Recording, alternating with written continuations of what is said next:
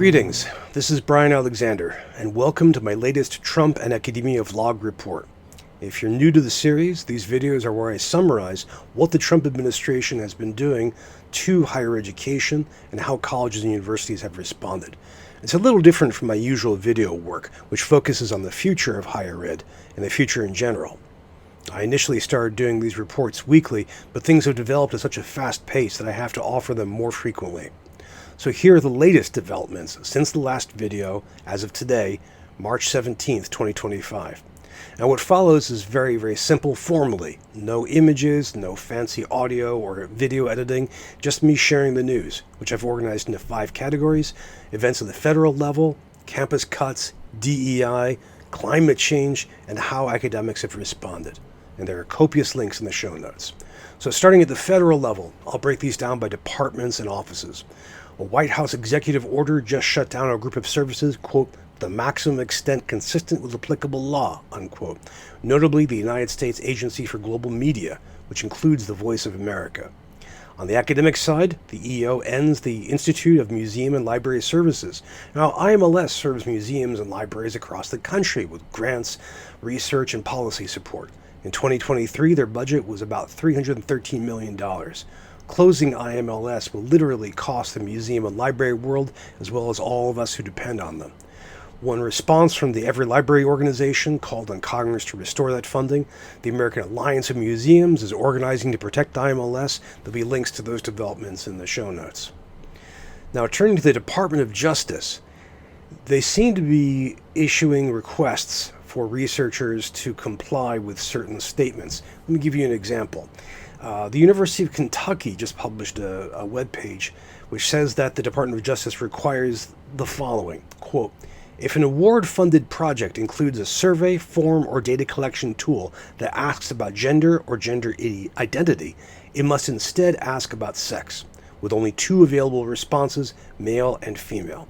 A choose not to disclose response is not permitted. All questions about gender identity must be removed, unquote. And there's a link to that page in the show notes. But you can see the Trump administration's DEI angle of gender identity being focused on here. Now, over in the Department of Education, some of you know that on March 10th, the Office of Civil Rights sent 60 colleges and universities a note, quote, warning them of potential enforcement actions if they do not fulfill their obligations under Title VI of the Civil Rights Act to protect Jewish students on campus, including uninterrupted access to campus facilities and educational opportunities, unquote. And this builds on previous warnings against that specific group of institutions. The OCR then launched investigations into 45 campuses, charging them with failing to, quote, end the use of racial preferences and stereotypes in education programs and activities, unquote. In part, OCR criticized them for working with the PhD project, which is a long-running effort, although a small one, to grow numbers of underrepresented minorities with PhDs.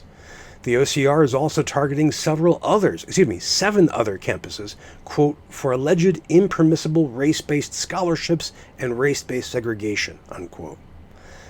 The Education Department then joined with the Department of Health and Human Services and the General Services Administration to send a truly extraordinary letter to Columbia University, outlining a set of internal changes for that campus to make.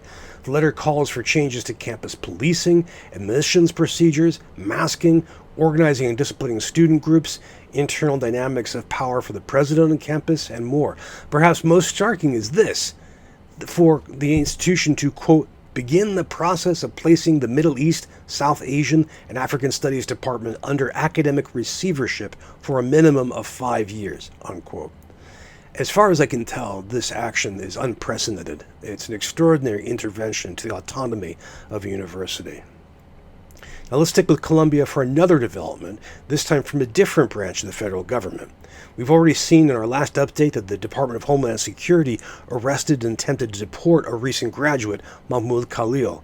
Khalil is still being held without charges as of this recording. ICE then deported a Columbia student, Laka Cordia, who came from the West Bank.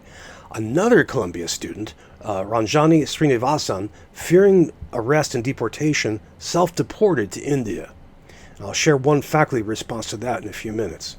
Meanwhile, Customs deported a Brown University medical professor, a Lebanese organ transplant specialist with an H-1B visa. Now, apparently this was according to alleged Hezbollah sympathies or connections. According to some recent reports, the government cited content found on her phone.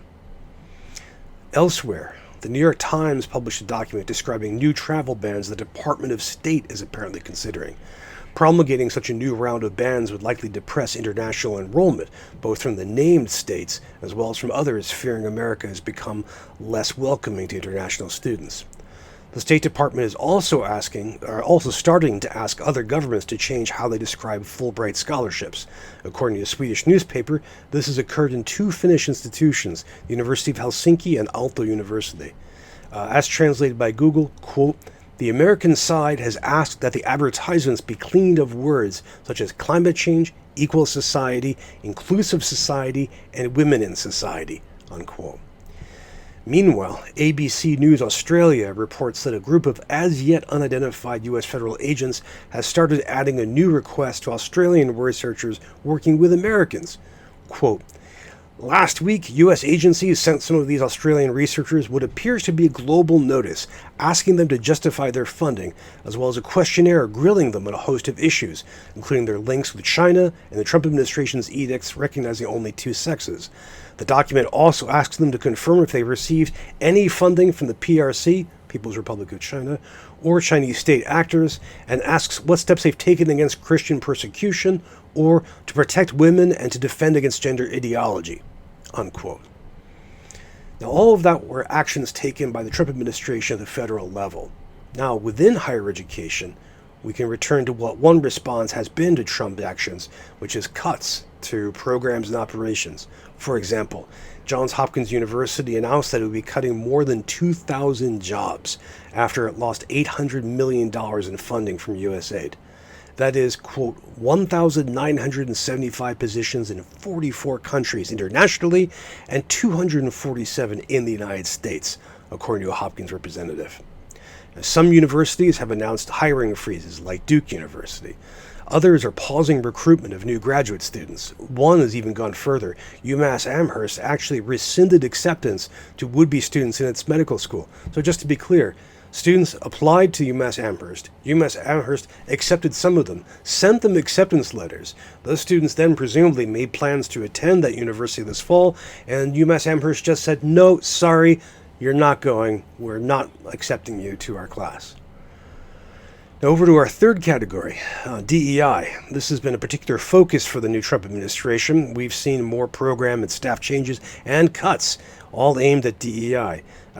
And one example, an extensive example that I want to go into in some detail, comes from Kentucky. That state's legislature just voted to ban DEI programs for any college or university receiving state funding. Now this actually has many parts, and I just want to break these down in detail because I think you'll see why this may become very influential. Quote, "The bill seeks to limit the classes that colleges could require students to take. It would prohibit courses designed primarily to, quote, indoctrinate participants with a discriminatory concept, unquote, and to bar the Council on Post-Secondary Education, Kentucky's Higher Education Coordinating Board, from approving degree programs that require students to take such classes. The bill would also prohibit colleges from using diversity statements, descriptions of one's experiences with and commitment to diverse student populations. And it would bar colleges from requiring employees or students to undergo diversity training. Additionally, the bill requires state colleges to undergo audits every 4 years to prove they did not spend funds on DEI, unquote. Now, the state's governor seems likely to oppose the bill, but Republicans seem to have enough votes to override a veto. So first, this could become law in Kentucky and change DEI access and work in that state's colleges and universities, but also I think the very sophisticated and multi-pronged nature of this suggests that other states may be inspired by it and take it up. Now, over on the climate change side of things, climate change is another Trump target, one that he has gone after in multiple ways. Some of those attacks are now impacting higher education. For example, we can draw on an excellent Hechinger report update concerning New York State's university system, SUNY. Quote, at the start of the year, SUNY was awarded $15 million to buy 350 electric vehicle charging stations. We have yet to see the dollars, says Chancellor John B. King Jr. A webinar on the Department of Transportation grant program, which is funded by the Bipartisan Infrastructure Act, was canceled. The SUNY system, which owns a staggering 40% of New York State's public buildings, had also planned to apply for Inflation Reduction Act payments for a variety of projects to electrify campuses, reduce pollution, and improve energy efficiency. In November, it applied for approximately $1.45 million for an Oneonta campus project that uses geothermal wells to provide heating and cooling. It still expects to get that money since the project is complete and the IRA remains law, but it can no longer count on payments for newer projects, unquote. Now, across the country lies another example. Quote, according to Timothy Carter, president of Second Nature, the University of California system filed applications for more than 70 projects, including a $1 billion project to replace UC Davis's leaky and inefficient heating and cooling system, and a project at UC Berkeley to phase out an old power plant and replace it with a microgrid, unquote. Now, we can conclude by looking at reactions from academia. There has been a lot of academic silence in response to the Trump administration's actions. But there's also protest, resistance, and other actions. Some faculty are making public statements in response. One Columbia University professor, Marianne Hirsch, told The Guardian, quote, my committed Jewish faculty colleagues and I have warned that the false characterization of Columbia University as a hotbed of anti-Semitism would be used as an alibi for what's actually at stake for the Republican administration and now the Trump administration, strict control of speech, of protest, and of higher education at large, unquote. Another Columbia mathematics professor, Michael Thaddeus, described the combined cut of federal aid and arrest as, quote, a pincer attack by Trump, unquote.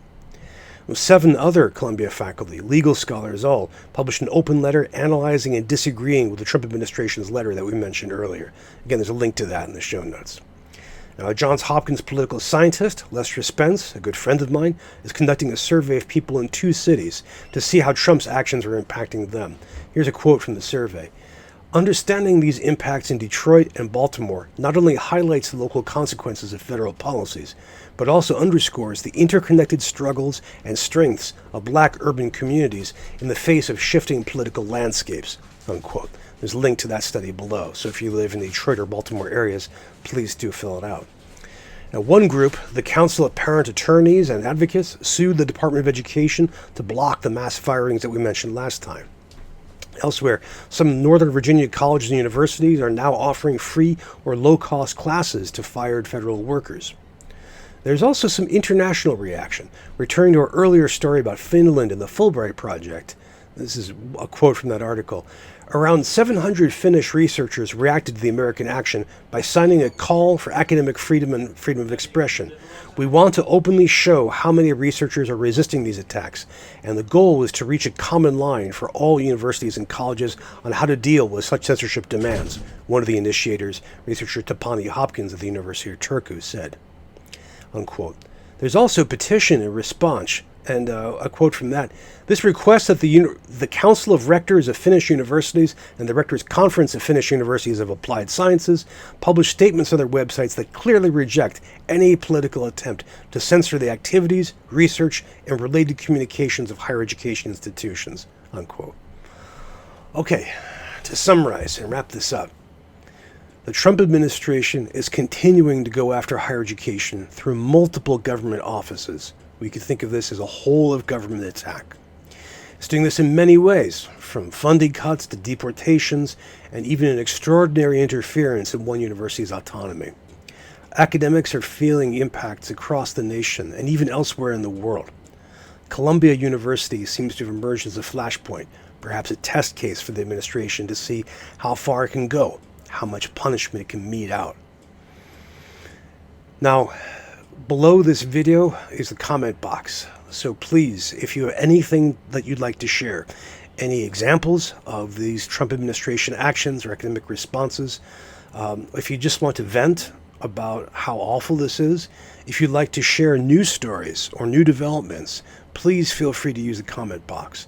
If you feel that you cannot do that in public, please reach out to me on my contact page. I'll share that in the show notes as well.